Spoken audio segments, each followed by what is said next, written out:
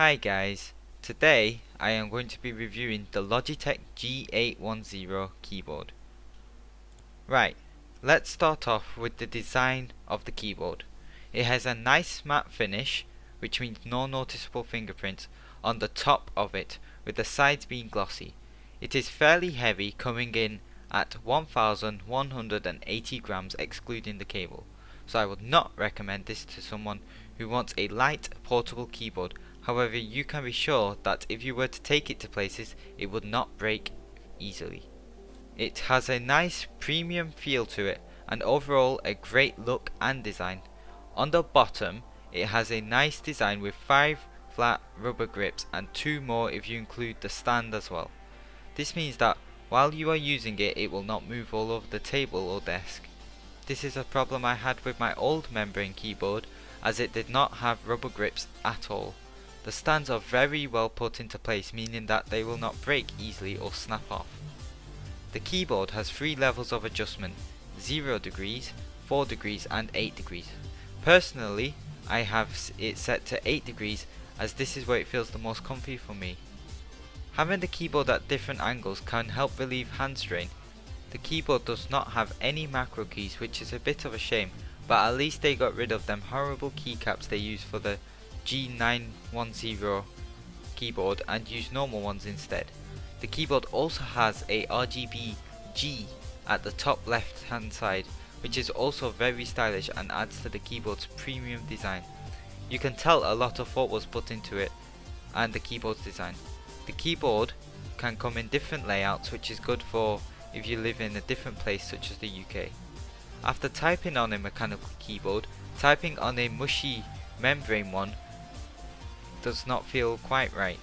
The USB cable and strain relief is very impressive.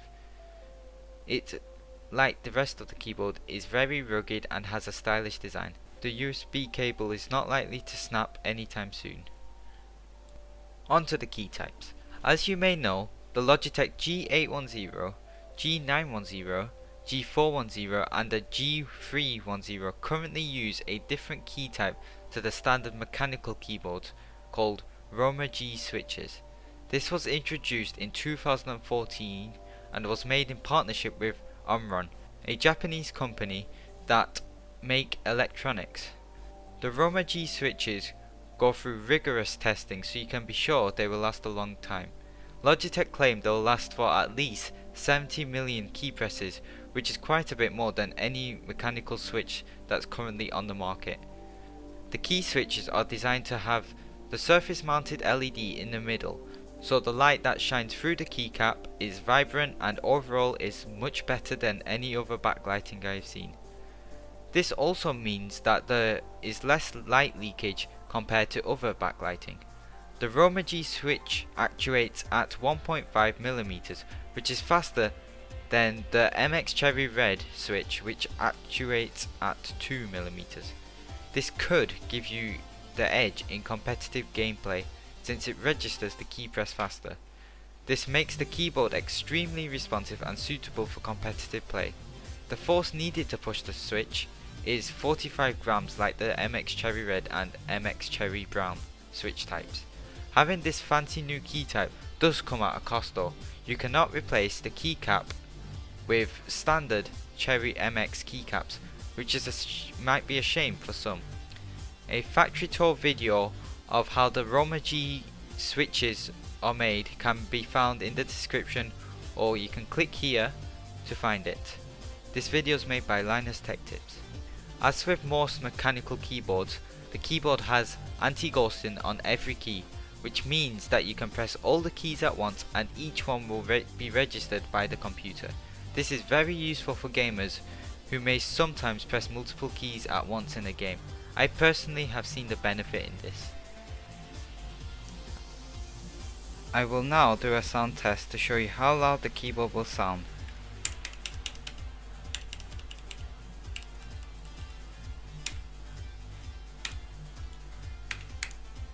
Now I will show you what it sounds like when I am typing.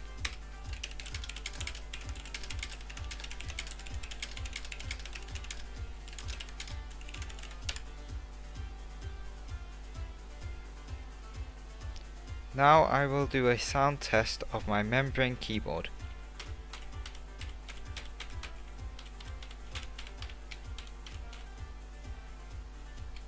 Now I will type on my membrane keyboard.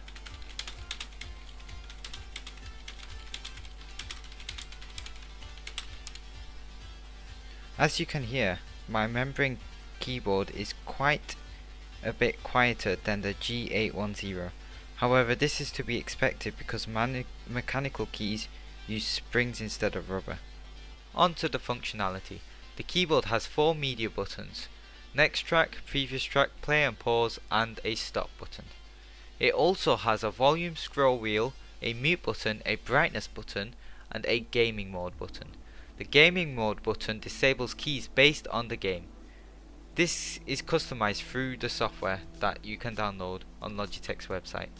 By default, it disables the menu key and both Windows keys. However, as I said, this can be changed to different keys on a game by game basis. The mute button and volume scroll wheel are quite self-explanatory.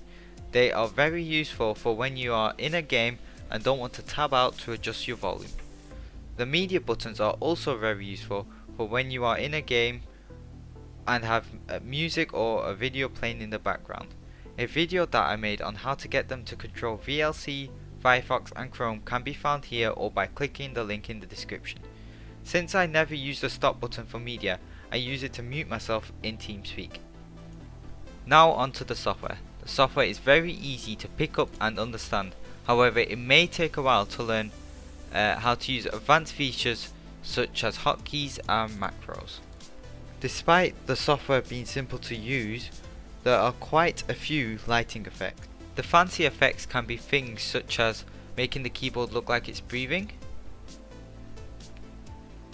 having a rainbow color travel through the keyboard, so you select color wave,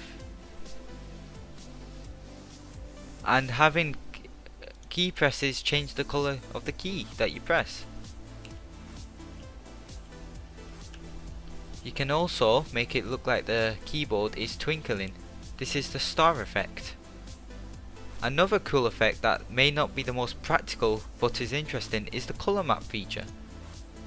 You simply press the start button and it will show you which key you press the most. So in this one I press the V key the most since it's red. But you can see you can change the color scheme of the keys. When I made my keyboard's color scheme, I could use that for everything, but then I wanted to use it for different profiles. But when I turn it on, you see it gets rid of it.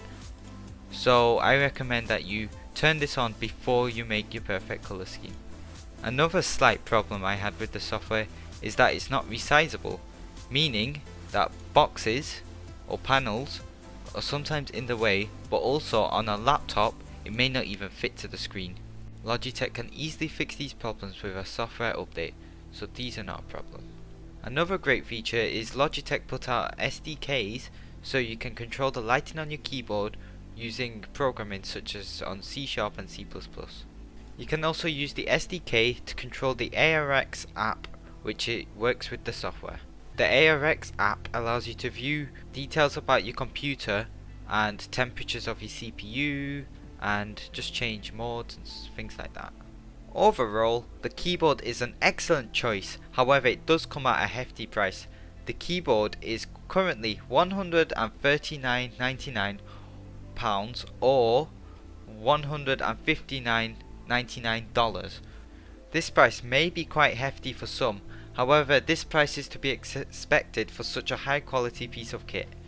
The keyboard comes with a 2-year warranty, and if you order before April the 1st, 2016, you get a free copy of Tom Clancy's The Division worth £30 to £40.